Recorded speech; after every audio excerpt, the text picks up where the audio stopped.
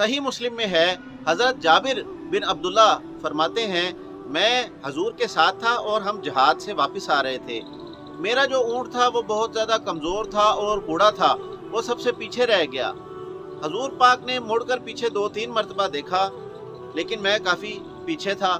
आजकल के दौर में कोई अमीर हो जाए तो वो अपने सब पुराने दोस्तों को भूल जाता है कि मेरा यहाँ पे कोई गरीब दोस्त था, मेरा मिलने वाला था।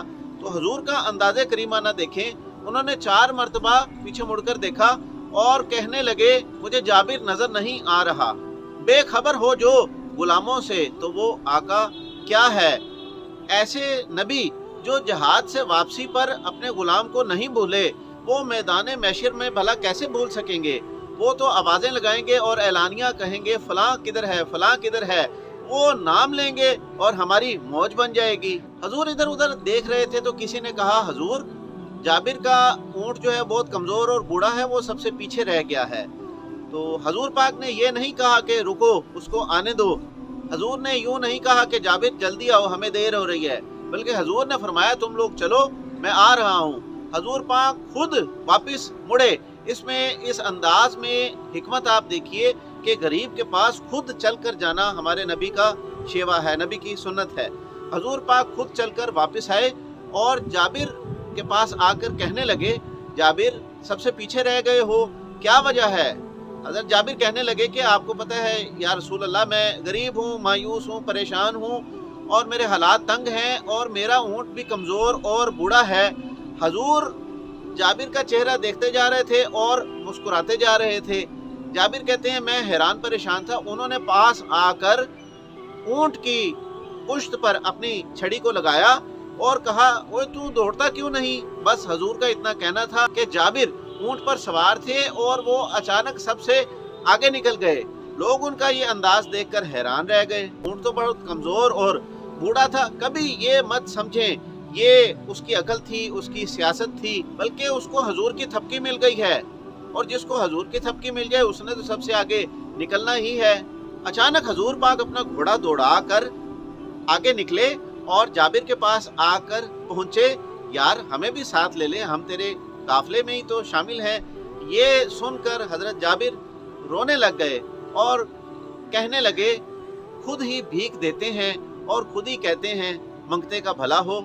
एक जगह काफले ने पड़ाव किया, नमाज के लिए सब रुक गए। हजूर पाक मेरे पास आए और कहने लगे, जाबिर तेरा ऊँट तो मैंने निराला देखा है, ये मुझे बहुत ज़्यादा पसंद आ गया है, क्या तुम इसको मुझे बेच दोगे। मैं बोला, सरकार ये आप ही का तो है, आप ले लें। हजूर बोले, नहीं मैं इसके तुम्हें पैसे दूंगा। फिर मैंने कहा, मार्केट में बाजार में इसकी कीमत 6 या 7 दिनार होगी। तो हजूर पाक ने कहा, नहीं मैं इसके पूरे 10 दिनार तुम्हें दूंगा। और बिलाल को बोले, बिलाल क्या तुम्हारे पास 10 दिनार हैं। बिलाल ने फरमाया, जी मेरे पास 10 दिनार हैं। हजूर बोले कि इसको 10 दिनार दे दो और मदीना पहुंचकर इससे ऊँट ले लेना। मैंने ये सारा मामला देखा तो मैं हैरान हो गया और मैंने वहां पहुंचकर ऊँट को अच्छे से नहलाया। आज उसकी बड़ी खिदमत की, बाजार से नई रस्सी लेकर उसको नकेल डाली कि इसने महबूब की बारगाह में पेश होना है। तन तंदूर हड्डियां दा बालन असी हावा नाल तपाया, कप कप मुकियां पेड़े कीते इश्क पलेथन लाया, तन दा सालन मन दी हांडी उतू नूर सबरदा पाया, वे गुलाम फरीदा मैं सारी तेरी तेनू हजे यकीन ना आया।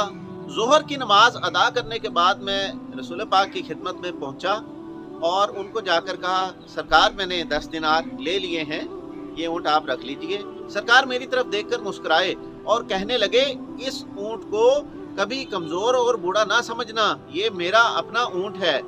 अगर कभी तुम्हें शक हो तो इसको दौड़ाकर देख लेना, ये सबसे आगे निकल जाएगा। और इसको मत समझना ये 6 या 7 दिनार का है, ये पूरा मैंने 10 दिनार का खरीदा है। सरकार ने मेरी तरफ देखा और मुस्कुराकर कहने लगे, जाबर तुम्हें पता है तोहफा देने से मोहब्बत बढ़ती है। मैं बोला, जी सरकार मुझे इल्म है। सरकार ने कहा, ये लो। सरकार ने ऊँट की रस्सी मेरे हाथ में पकड़ाई और कहा, ये लो, ये मेरी तरफ से तुम्हें तोहफा है।